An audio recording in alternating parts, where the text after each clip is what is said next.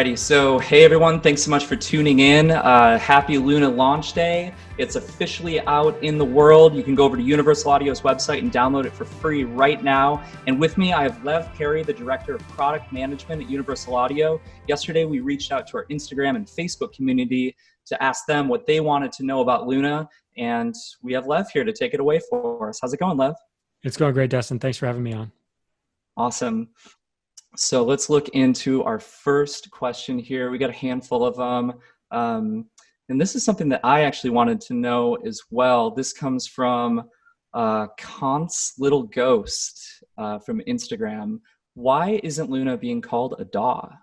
It's a great question. I think there's a couple of reasons. First of all, I think when we're thinking about it in the modern context, it's not just a piece of software. Like when we think about a DAW, that's a term that goes back 30 plus years, digital audio workstation.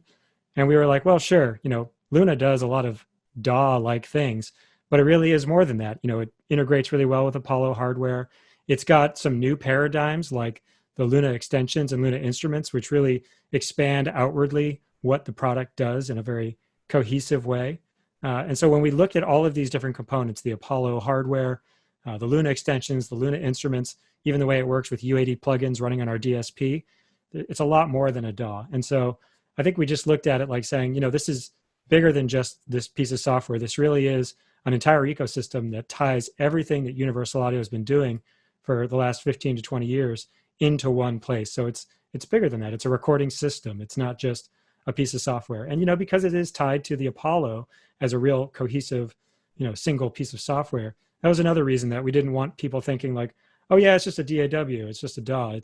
It really is an integrated system. We've only seen a couple of examples of this before in our market where there was something bigger than just a piece of software. And so that's the reason why there's, many, many fronts why we thought, let's make sure to talk about it in the bigger context and not just, simplify it. We wanted people to know that this was a big launch for UA. Nice. Jumping off of that, actually, while I was working on the video, the acronym ARM. Yeah. What does it stand for again? If you want to talk about that a little bit. Yeah. So it stands for Accelerated Real-Time Monitoring. So if customers who are using Apollo today are familiar with the console application, it's doing a very similar thing to the console where the actual DSP acceleration on your Apollo is running plugins and mixing and routing in very low latency. So you get this low latency experience. Now, the thing about it being ARM in Luna is that we're doing the thing that people have been asking us to do really since the beginning of Apollo, which is a very deep integration with their recording software. So ARM literally just says, okay, I've got an Apollo here, I've got an input record enabled, and I want to be able to just have my plugins inside of my recording software, hit record, and have it all just work. That is what ARM does. It integrates with the Apollo, it controls the plugins running on the DSP, and you don't have to think about switching over to the console app. It's doing all the same stuff that the console does, but it's fully integrated into one channel strip, into one window. And so this has really been the big hurdle that customers have asked us to overcome. And so we've done that in Luna. Very cool. It's awesome, man. Let's see what else we got here. Steve Kren from Facebook asks, why do you need an iLok for Luna to run? Yeah, it's a great question. I think the banter has been, wait, I thought this was free. Why do you need to protect it? The fact of the matter is that even the stuff in Luna that's free, the entire application itself is free for all Apollo and Aero customers. There's still intellectual property in there that we need to protect to make sure that it doesn't get stolen and used by other people. And then, of course, there are things in Luna that are paid options, right? So we've got some free extensions and instruments and some paid extensions and instruments. And really the best way for any company to protect their intellectual property on a Mac would be iLok. So that's why we went that way. But there's really some great news there, I think, in terms of ease of use. There might be people out there that don't have an iLok or might have had a stigma around it. And we worked really hard with Pace to integrate very seamlessly with iLok Cloud. And what's great about iLok Cloud is you don't need the hardware dongle. You just need an internet connection, and it all just sort of works in the background. We've even gone as far to make it such that if you don't have an iLok and you launch Luna for the first time, it will basically step you through making a new account, automatically putting the Luna iLok assets in the cloud, and it will just launch the app. And you never see any website or any kind of thing like that. You basically just go through that. Now, if you have a hardware iLok, we have a very simple linking system right in the beginning when you launch Luna. It says, hey, give us your iLok name and user account. That's all done securely directly to the web, and you're able to link your existing iLok. And again, the auths can be put in the iLok cloud, or you can manually drag and drop the assets to your hardware iLok if that's how you prefer to protect the software. But it's a long-winded way of saying why we are on iLok, but I also think it's fair to say we've got one of the best experiences when using iLok, just to make it easy for people to get going with the software. Nice. So yeah, I guess jumping off of that, the Amber portal from Instagram wants to know what's up with the NIMH busing option.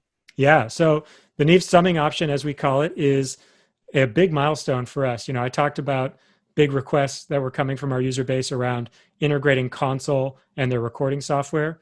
Very similarly, one of the biggest requests that we've gotten is about doing some sort of console emulation.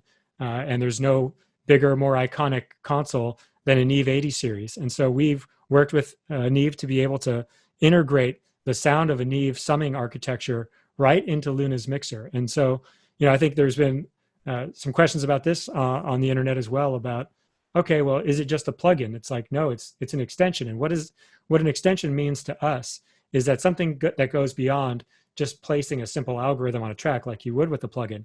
So in addition to having this bus track be able to kind of morph into being a clean bus or a NIMH summing bus, there's also things that happen at the source tracks that feed the bus. So when you turn on NIMH summing and you route a track to that bus, the source channels themselves change to have the same fader taper and pan law from what we measured on the real NIMH. So you get that same feeling of pushing into the NIMH console the same in Luna as you would in the analog domain. So that kind of a thing is just a good example of what UA is really known for. Just thinking about what's the end-to-end workflow and how do we want to push things through that whole signal chain. And really, this is something we've never been able to do with standard plugins, not without a lot of paper cut workflows like, oh, I've got to put 10 million plugins in my session to make this work the way that it should. Now that we have Luna, we're able to do that automatically so the user doesn't have to think much about it. It's massive, man. Oh my gosh. We're very excited about it. So I guess this kind of goes off of that as well. User Just Patch from Instagram wants to know what plugins and virtual instruments does Luna come with? Yeah, great question. So, given that it comes, that Luna comes free with any Apollo now, any existing Apollo or new Apollo, first there's the Analog Classics bundle that we ship with every Apollo. So you get about 12 to 14 plugins depending on which interface that you bought, but that'll include things like LA2As, 1176s, Pultex, a couple of other plugins that are in there. Those run off of the DSP, but again, those are something that you can use straight out of the box. And then inside Luna, there's a couple of marquee products that we've shipped. So the first one that I think is really, really special, we talked about the extensions a minute ago. We're shipping a free Luna extension called Oxide Tape. Now, those who are familiar with the UAD2 platform will know that we also have a UAD2 plugin called Oxide. That plugin is very different in terms of the way it works in the Luna ecosystem. So this is a built-in native process. It's on every audio and instrument track, and it gives you the sound of tape right out of the box. And we also have a paid option that goes up to the Studer A800. Now that's something that, again, we have on the UAD2 platform, but we've integrated natively into the Luna mixer. And the difference between the two is that the Oxide is very simple. It's really preset driven. You've got one knob on every channel that you can sort of drive the channel into saturation. So let me show you a little bit about extensions. I talked a minute ago about the NIMH summing. Here you can see these are bus channels. I've got a reverb, another reverb, and the main track here, the main bus. And this is where you see NIMH summing, and I can go between a clean bus and the NIMH summing. But yeah, talking about the tape machines, we've got the tape machines right up here. And you can see right now I've got the Studer A800 across all of these. But the way extensions work for the tape row here is pretty special. It's not only, again, just a process on here, but in the case of something like Studer, if I click into it, you're going to see I get this browser over here. And we can actually have 4 different decks. And what does that mean? Imagine that you took 4 tape machines and you synced them all together and they all started and stopped at the same time. So that's sort of what we're doing here. We're actually taking 4 different decks, and you actually have this ability Let me turn this down here. As you can see, as I roll into this and I'm starting and stopping, these decks are actually rocking and rolling with the transport. And again, for something like the Studer, you get a full set of deep dive parameters to affect all of these different processes. And so this is the thing that makes it really different from a plugin. Right out of the gate, I've got one interface here and a bunch of presets that are going to affect every instance, in this case, of the machine B. You can see it says B here at the top. But if I decided, you know what, for my synth sounds here, let's take these 3 tracks, I want to actually use the Oxide tape machine. So here's an example of what comes free with Luna. So this is the Oxide process. And again, a lot simpler in terms of the controls here, but still a full set of presets, everything from really warm tape soundy things to like full-on distortion and overdrive. So you don't get the full controls here, but it's actually very easy to use in that sense, where you're just saying, yeah, I want something that's going to be generally good for a drum kit. You could call up some of these drum patches here, and you would get this really cohesive tape sound. And if you, again, want to go further, it would be easy enough to get into the Studer, where you can really open up the hood, get into some of the bias controls, get into the different tape speeds, all the things that you would expect in a full-blown tape machine, you get there. But that's an example of some of the stuff that's paid in the world of Luna and some of the stuff that's free. Moving on to some other things. One of the other free things that ships with Luna is something we call Shape. And we've done a little bit of demo material on this just recently on our website. What this is a instrument toolkit. And it really does cover the wide range of sounds that you would need to make music. So if you were deciding, yeah, I need a drum kit, I need I need bass sounds, I need something that's going to be able to do like arpeggios and leads. There's even strings and orchestral content in here. We've really covered all the bases here. So if you look in here, not only have we made a lot of the content, but we've partnered with companies like Spitfire Audio, Orange Tree Samples, Loops de la Creme, a bunch of companies that are known for making really high quality content is also in Shape. And I think what's really great about it is, again, you don't have to think much about, I just need something that sounds like really good. Like I need an electric piano. I need a grand piano. I need some synth pads, some real pads with strings. All that stuff is possible. If we're looking here at Shape, I think there's a couple of really notable things.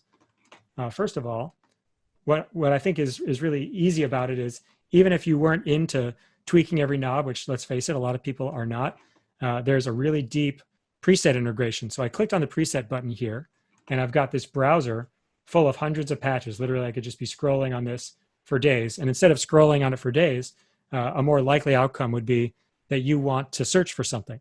So it's really easy to just drop your cursor in here and let's start searching for just bass sounds. And as I do that, you see I've now filtered down the list. And so I think that makes it really easy. And if I start clicking on these things, you'll see that the plugin instantly updates, and it's really easy to just go through and preview these things. Like, for example, let me solo this up here.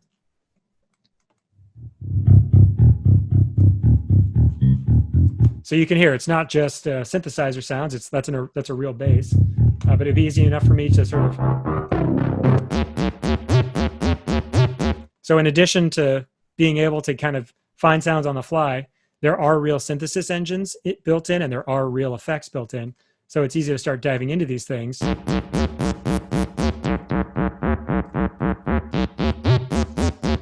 So you can tweak out that way. And you can also go to these 2 effects processors at the bottom here and start thinking about different effects. So for something like this, I might want a delay. So it's easy as turning up the effects 1 here.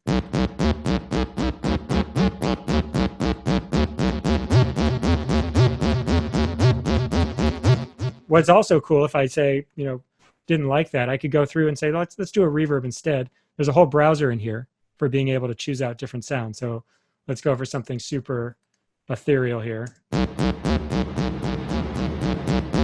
What's also really cool, I don't know if you can hear this, but if you turn the send all the way up, it actually just takes the full sound and routes it directly into the effects processor. So it's sort of like an insert at that point. It literally takes the dry out. So, if I had a drum kit in here and I wanted to run it into one of the UA bus compressors, for example, you could do that. So you can take the dynamics, route the bus compressor, and you can squash the crap out of it, right? So there's all sorts of options there. So that idea, I think, is pretty cool, that not only is there great synth sounds in here, but there's also some great effects. And these extra boxes here that you're seeing are actually layerable. So you can say, okay, I'm going to go through and add to this bass. And I can decide, let's take the acid bass, let's go nuts and add a couple more basses. I have no idea what this is going to sound like, but that's part of the fun. And I can decide, yeah, some of these are going to go to the effects 1.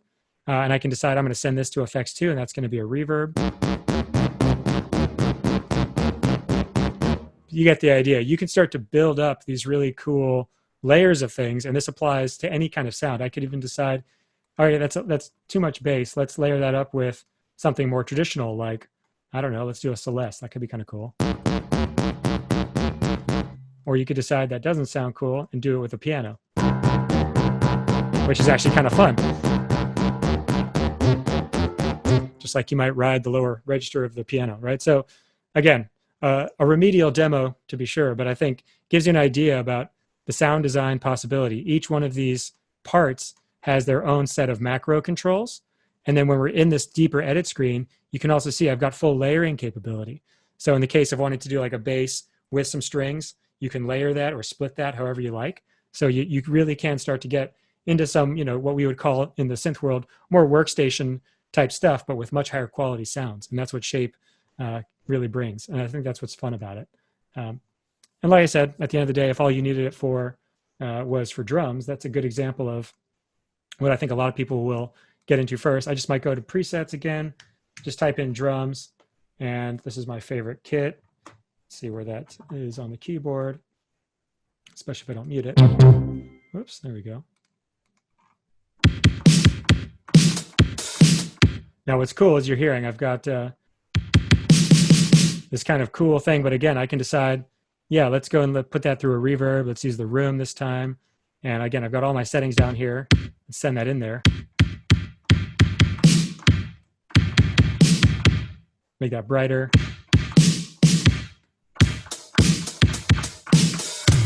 You get the idea. Don't ask me to ever play keyboards again because I'm not a good keyboard player. But I think that's, again, just really fun about Shape is there's a whole palette of sounds. And this is included free with Luna. So I think people are going to have a lot of fun with this. And just mixing and matching any two sounds, you kind of make it your own.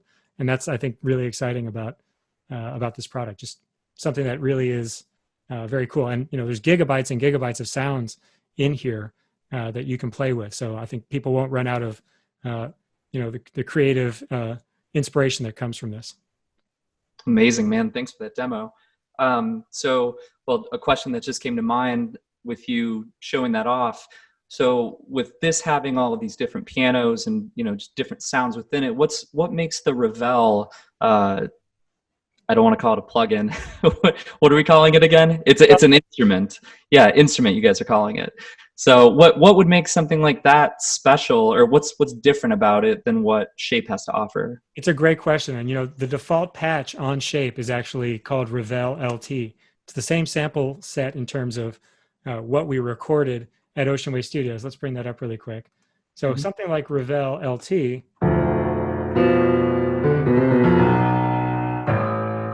it still has a lot of body. It still has a lot of air to it.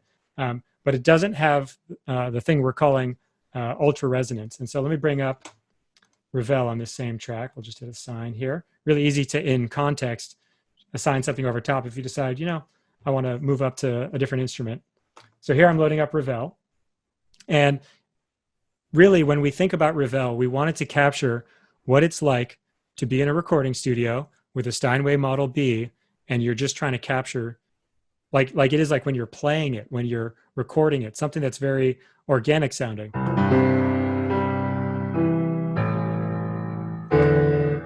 Don't ask me to play piano. I already said that, but you get the idea. There's a little bit more body to it because when you actually hold down the strings, the keys and the damper pedal, the sustain pedal, you're actually getting this actual mechanical resonance that happens, sympathetic vibrations of the strings, the actual resonance of the cabinet. It all happens in here. And all of that is a physical model.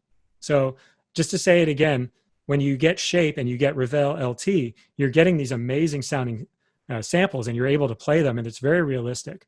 But if you want the most realistic grand piano that's ever been done in software, this is what that is. We're really pushing that to the next level where, again, the actual, just like we did for, say, the Oceanway Studios room and reverb plugin, that's something that really does react the way that the room reacts. It's not just an IR player. Same thing here. This is a physical model of the actual cabinetry mixed with the actual samples, and then also mixed with mic modeling. So when we actually look at the room that we recorded in, I can take the close mics and go closer to the room. You're sort of seeing me drag between this. We're taking all of these different technologies and blending them into one cohesive instrument. And, you know, I'm showing you this expanded view. We really think about Ravel as being something that you should just play. You can check out some of the different settings, but when you start to play this and you start to hear all these nuances, especially when you start holding down sustain and kind of digging into the dynamics of it, when you start to really hit the notes hard, that's where most piano virtual instruments fall down. Some of the extra special fun stuff on top of that, you know, we've got some really great tone and dynamics controls that can make it less dynamic. If, you know, like if you're like me and you're not very good at playing piano, you might want that toned down because you're looking for something a little bit more like less dynamic. Funny way to put it. So there's some great controls there for controlling dynamics and tonality. But the really fun thing is the reverse feature. And so what this does is it allows you to bring in a mixture of these reverse samples. So let me just give you the quick demo here. So you're hearing this sort of short sound, and that's all controlled with this slider here. If I go up a little longer, by nature, you're going to hear a longer swell. Right?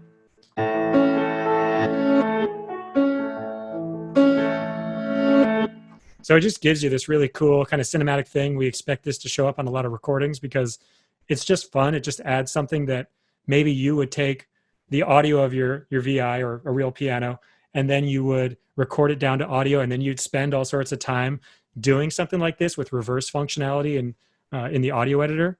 This just makes it automatic, and it makes it dynamic as you're playing it, because if I play a low note, it plays a low swell, right? So you get these kind of cool, you get these dynamics, you get these reversed samples, and they're all just a part of how you play. And again, you can make them really short if you want them to just be these little blips. So by the time you're done playing the note, it probably has finished swelling. But again, if you want something that's a little bit more dramatic and held out,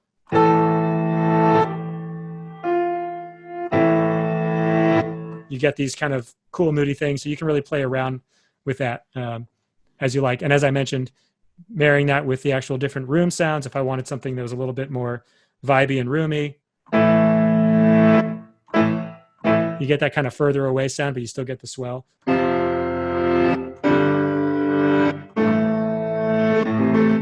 You get the idea. There's some pretty cool things you can do there, I think, that are pretty fun. So that's Ravel. And Ravel is definitely something we're very proud of. It is a paid option, something that people can demo right in the app for 14 days and see if they're into it. Very cool. The microphones that were used to record it, it was from Alan Side's collection. Is that what I read? Not only that, but we worked with Alan to do the right miking position. Nobody knows this room better than Alan. So yes, this came from his private collection.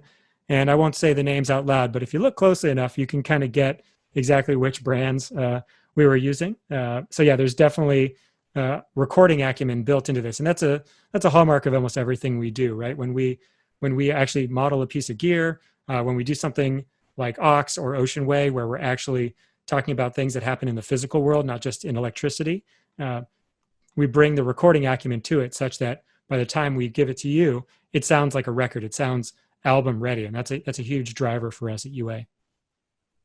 Very nice. So we've looked at all the instruments except for the Model D. Let's have a quick look at that. So glad you brought that up. So this one, I think Ravel is something that's really special because it brings together all of these different technologies. But really, the one that to me just because I'm a synth guy and I'm not much of a keyboard player. I'm much more into the modular world of things, the analog world of things. Something like the Mini Moog is just this pure analog beast. So it's end to end, fully physically modeled. All of the oscillators, the amplifiers, the filters are all UA quality through and through. This thing is a beast. And so I think when we talk about, again, what my favorite instrument is, it's probably this one, just from I could sit here and twiddle knobs all day and have something that is really, really fun. So if I'm going through this, for example, again, probably the most fun way to do it is to click that presets button. You get this focus browser on the left, and it's easy enough to just kind of go through.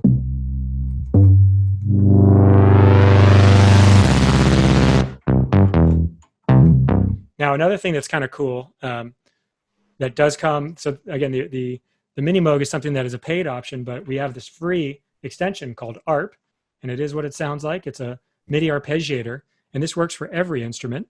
And this will make me sound a lot better, so I'm going to use it. But if I were to do something like just hold down, a simple chord, let this thing play itself, and I'll latch it.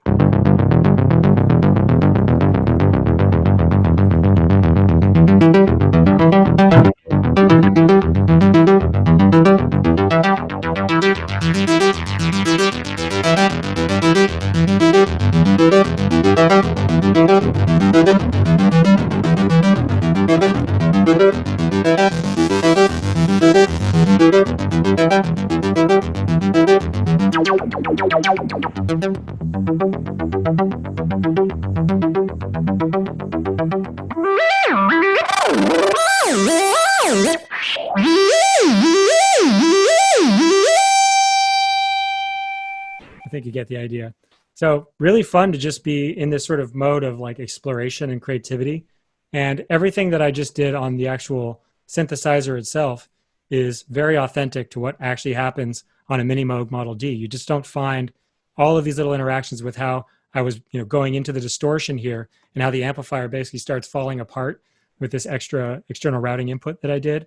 Everything with how the filter works, the classic Moog ladder filter, is actually doing all of the same things that you would find in the real hardware.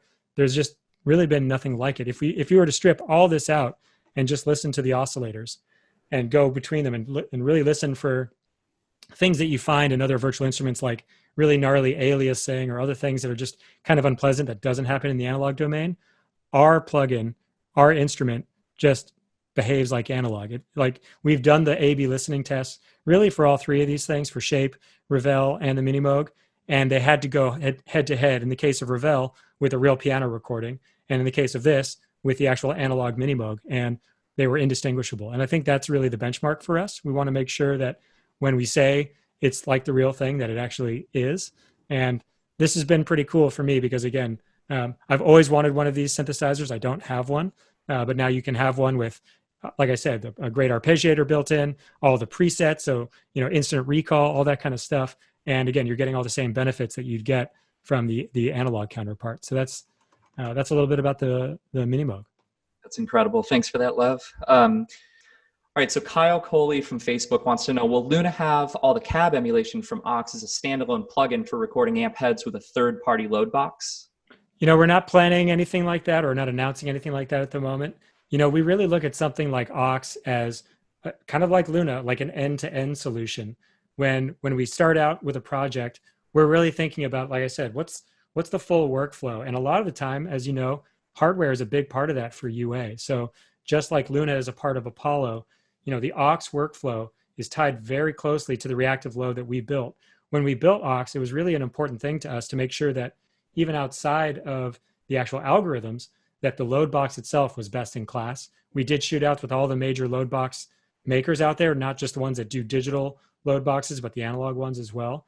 And when we learned that, okay, there's a couple of secrets in there that are pretty special on just the analog side, because again, UA goes back 50 years making high-end analog products. But when we married that with the algorithms, that's when it became kind of unbeatable. There's been other companies that have tried to one-up aux, and maybe they've got a couple extra inputs and outputs or bells and whistles.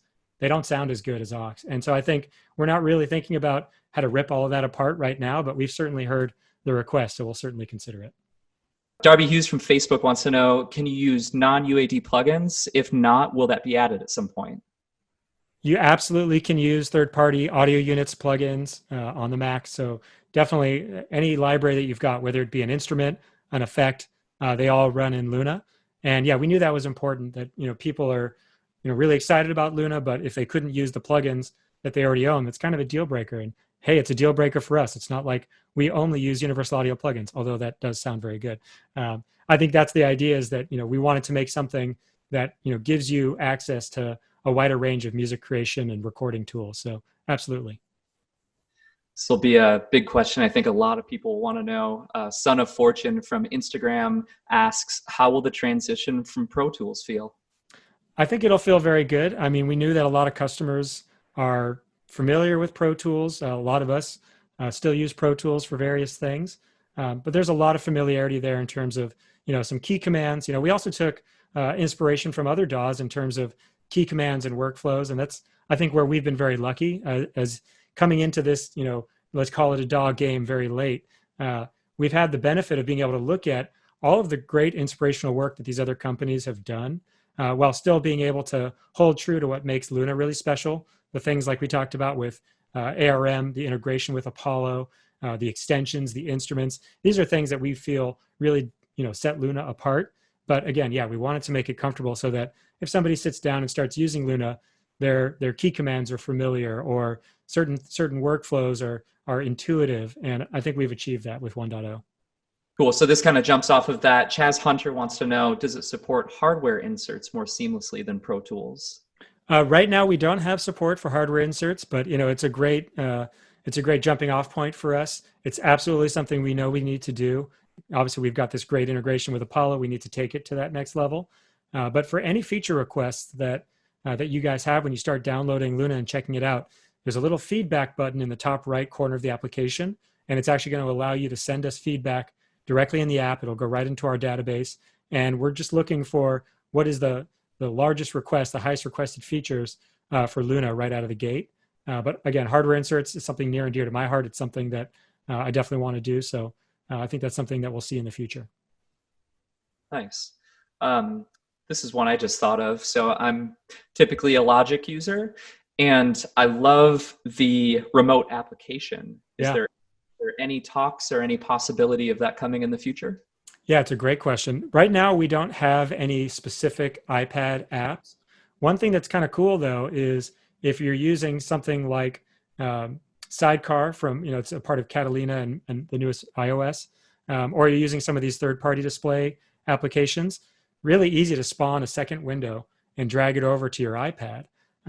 One thing that I think is a really nice feature about Luna, as opposed to how most other applications work, is you can have as many second windows, third windows as you want, and they can actually have the same view. And so that means you can have two edit windows, or you can have two mixer windows. You can have two mixer windows looking at the same stuff, but more likely, scrolled into different parts of the session, looking at different things. And so I've been using it with Sidecar personally, dragging over a second window and just zooming in on my vocal track. And it gives me a really nice way to actually go and edit with the pencil or draw an automation, things like that are pretty cool to be able to do without us needing to develop a whole app. But to really answer the question, it's certainly something that we've considered and we'll look at in the future. Carl Grimm Music from Instagram wants to know, are shortcuts editable or changeable? Right now, the app itself is a fixed keyboard shortcut set. There are ways in macOS to actually go through and change that in certain occasions if you're familiar with how that works in the system settings. But definitely, I think in the future, that's something we'll also consider doing. Nice. The Amber Portal from Instagram wants to know, what will the highest bit depth and sample rate be? Great question. So it's a little bit nuanced on the bit depth. The actual engine is full 32-bit, 192K capable. When we record audio in, it's all 24-bit. That's sort of the nature of our interfaces. But when you're mixing and you're actually doing processing with plugins and doing internal mix downs and things like that, the actual engine runs at 32-bit all the time. So we're always giving you this highest quality, highest fidelity. And I think that's another thing that's pretty cool about Luna in general, is that it is actually sample rate agnostic. And what that means is you can start with your session at 44.1 and drag in a 96K file, and it will do a real-time sample rate convert and render kind of in the background seamlessly. So if you decided you wanted to start at 44.1, but then say record at 88.2 for a vocal track or an acoustic guitar track to capture more nuance, you can actually in real time go and change the sample rate of the entire session up to 96K, and those 44.1 files will actually convert upwards to meet the 88.2 sample rate. You can do a lot of really cool things there. And again, this might be something that also helps people who are running out of CPU resources, people running on laptops. If you wanted to be able to capture something in high quality, you can do that, but maybe running larger and larger track counts, you might go to a lower sample rate. So really it's sort of limitless, what and why you would want that feature, but it's pretty cool not to be sort of locked into any specific sample rate. You might just be looking for, again, higher quality or more performance. Nice. Cool. Just a couple more here. Art EI from Instagram wants to know, will it include basic utility tools such as a spectrum analyzer, loudness meters, etc.? Right now, out of the gate, like I said, there's not so many of those types of tools. We've got the analog classic stuff. We've got the Luna extensions and instruments. One thing that's really cool, though, is that there's quite a bit of those types of tools available in audio units formats for free. You can search just on Google for those types of things. Even the built-in Apple stuff, the audio unit plugins that comes with GarageBand or Logic, the audio unit versions of those things work inside of Luna. So I think that's stuff that we'll consider doing in the future, but out of the gate, I think it's a great way for people to get into it is through third-party stuff. Nice. Let's see. Zimmy Yeye from Instagram wants to know, will we be able to create templates? Not in 1.0, but there are, more Mac OS conventions like, being able to make a lock session or duplicate sessions that will allow you to sort of start with something from scratch using the OS. Definitely, again, something that we're looking at being able to do right inside the app fairly soon. All right, so Ian Hunter Pat wants to know, will we be able to go out of the box and back in easily? Yeah, so Luna has full routability to all of the inputs and outputs on your Apollo system. So as people decide they want to use something like a summing mixer or some sort of outboard processor, it is totally possible to route out and back in. We talked about hardware inserts earlier. We don't have that exact feature on the channel, but it would be possible, again, to route out and come back in for re-recording. So there might be a little bit of offset or delay that you have to deal with. But again, if you're talking about just using a full-on console or summing workflow, Luna can definitely handle that. Very nice. I think that might be it, man. Is there anything else that wasn't asked that you want to maybe tell us about Luna? There's so much to say. I just think that, we're coming out of the gate early on getting this release to people as soon as we possibly could. We moved up this release, just trying to make customers happy. There's been a lot of requests over the last couple of weeks, especially if you've been on Facebook or Gear Sluts and whatnot. And the overwhelming sentiment, even coming in through our customer service calls, is, come on, we're all at home, like give us Luna now. So we wanted to meet that challenge. We're all going through something, pretty extraordinary in our lifetimes. And so this is like our small thing that we thought we could do to just get something interesting into people's lives, hopefully help with people's music making and creativity. And it's also a good opportunity for us, like I said, to get feedback from the user base. This is what we designed Luna to do, to be something for the Apollo community. And we want that community to tell us what we can improve. So everybody on Vintage King, everybody on Facebook, keep that feedback coming. We really do want it. And we want to make this product something that you really love because we're really passionate about it. On behalf of everyone at Vintage King, thank you so much for taking the time, Lev. This is awesome. And where can we download Luna? Go to www.uaudio.com. You can't miss it. It's all over the website. So awesome, man. Thanks so much again. Thank you.